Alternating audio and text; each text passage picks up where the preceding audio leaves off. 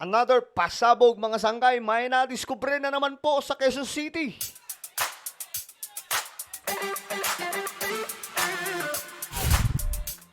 So, sunod-sunod na po ito. Puro pasabog, puro revelasyon yung ating topic ngayon, mga sangkay.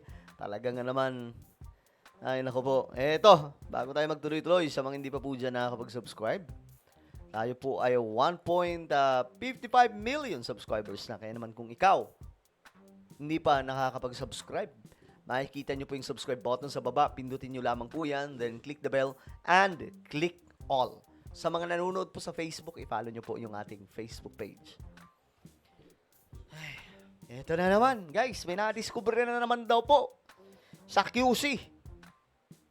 Ayon po sa report, Quezon City Mayor Belmonte reported that based on complaints and reports submitted by residents through the QC website, the city discovered not just 141 flood control projects, but a total of 254 projects.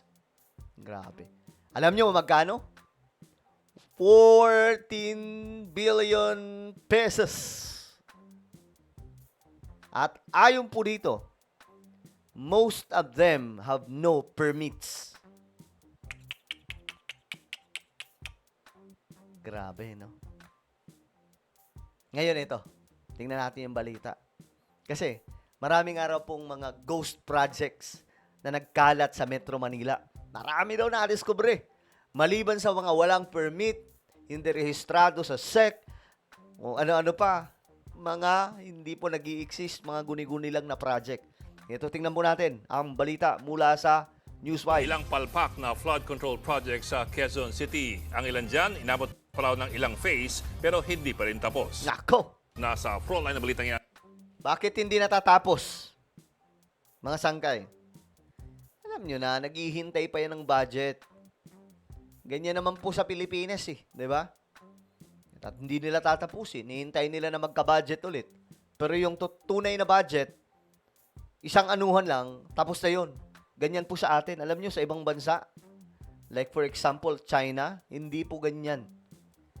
Yung mga kalsada, kung gawin yan, yung ginagawa na sa atin dito sa Pilipinas, like sa Metro Manila, yung pagsisemento, na maya't maya, bubungkalin na naman, o di kaya sisimentoin, pero ang tagal muna bago matapos. Naabutan pa ng ilang buwan. Hindi ganon. Sa China, Japan, mga sangkay, saglitan lang. Wala ngang isang araw, tapos na eh. Kasi nga po, hindi kinukurap. Dito sa atin, mga sangkay, lahat tayo magugulang eh. Nagugulangan tayo. Ang bihira. Eto, tingnan natin. Robles.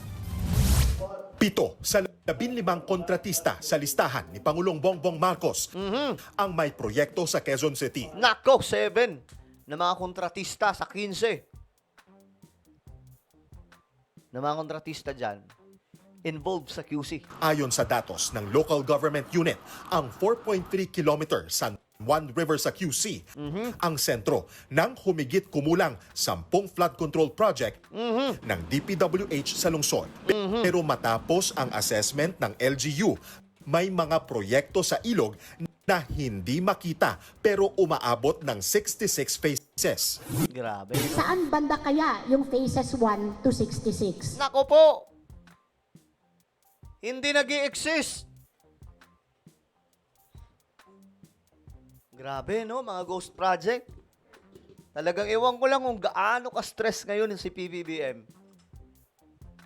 Mga sandamukal na kakapal ng muka. Itong mga miyembro ng DPWH, kontratista, kongresista, senador, na kung sino man mga involved dyan, ang kakapal ng apog nyo. Di na kayo nahiya sa taong bayan. Ano po ba ito? Isang pako kada taon? Kita nyo? Kita nyo na? Pambihira, umaabot ng ilang taon, hindi pa rin tapos. Sarap pag-uumpugin ng ulo, no? DPWH at saka kontratista, sama na yung congressman. Pagbubuhulin kayo eh.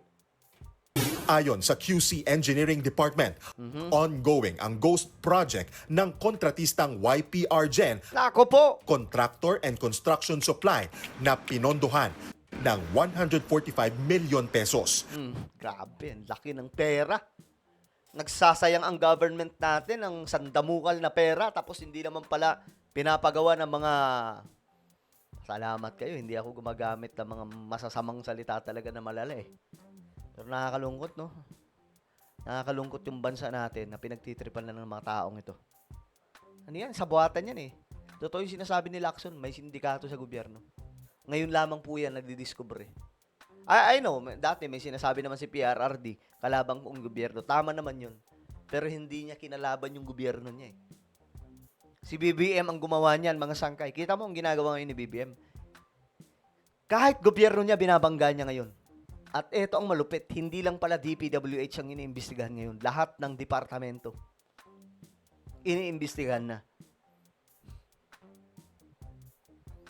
Baka nga dumating sa punto na maglipatan yan, maging DDS eh. Tapos kalabanin nila si BBM kasi nagkakadiskubrihan na eh. Talagang wina-wipe out ngayon ni PBBM. Eh, ito na, atake na po yan ng isang tunay na Marcos. Yung ganyang klaseng leadership. May isa pang flood control project na nasa 63 phases naman, pero hindi rin makita kung saan banda mismo sa ilog. Nako po, ayan na nga po, sinasabi natin mga ghost projects. Ang kontraktor ng rehab ng flood mitigation structure Imagine niyo ha, kung wala si PBBM, paano na? Kung iba yung presidente, paano na? Malalaman pa ba yan? Hindi na. Kasi nga po, ang ginagawa nila, ginagawa ng mga naging pangulo, panakiputas sila yung ibang mga project para hindi mapansin yung mga ganitong klaseng kalokohan. 'Di ba? Si BBM hindi ganun. na may 47.2 million pesos ang pondo, ang St. Timothy Construction Nako po, ayan na naman, dami na naman yung St. Timothy, kayo na naman, anak ng Tokwa. Corporation ng mga diskaya na isa sa top 15 na kontratista sa listahan ni Pangulong Marcos. Ayon kay Mayor Joy, nasa 254 ang mga flood control project ng DPWH sa lungsod. Umaabot yan sa 14 billion pesos ang kabuang halaga. Grabe, 14 billion.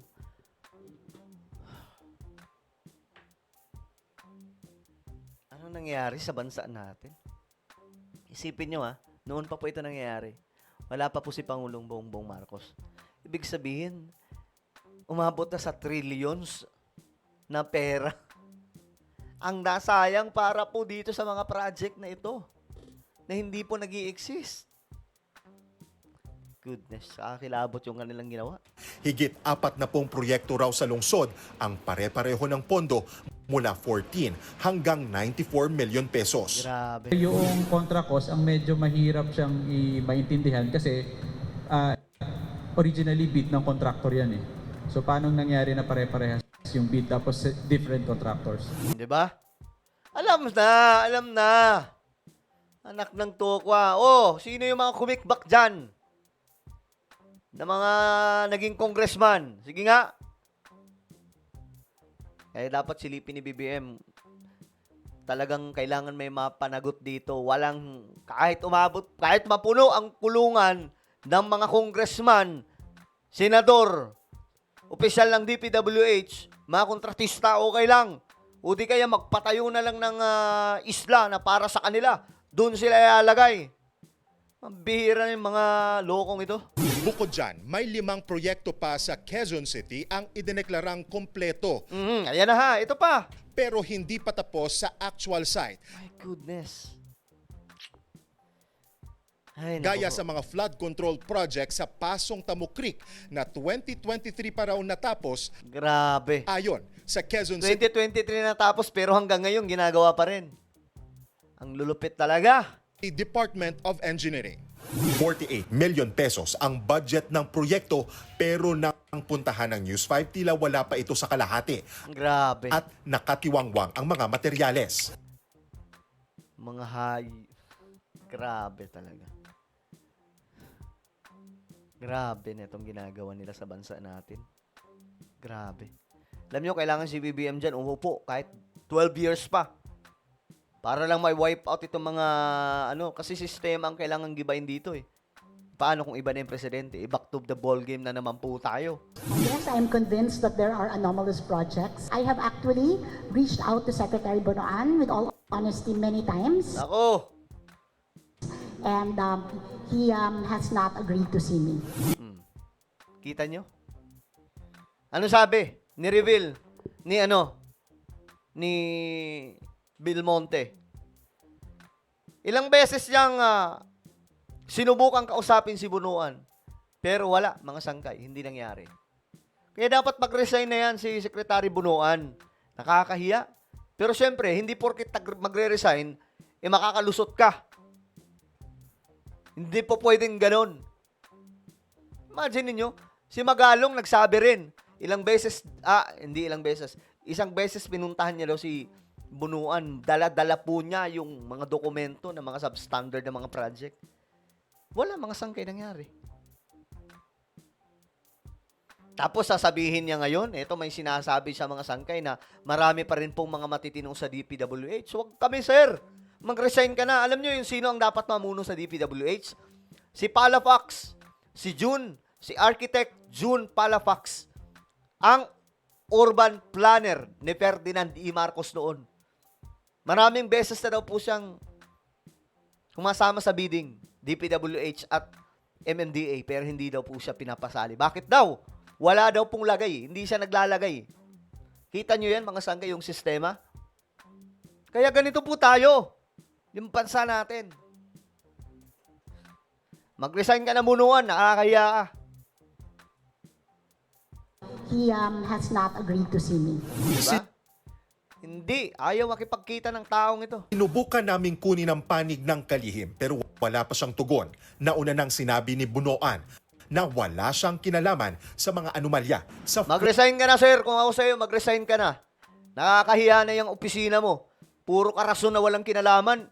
Ilang beses ka nang gustong kausapin ng mga mayor. Wala ka pa ring...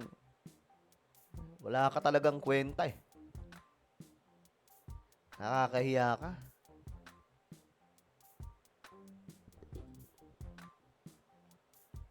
Bihira.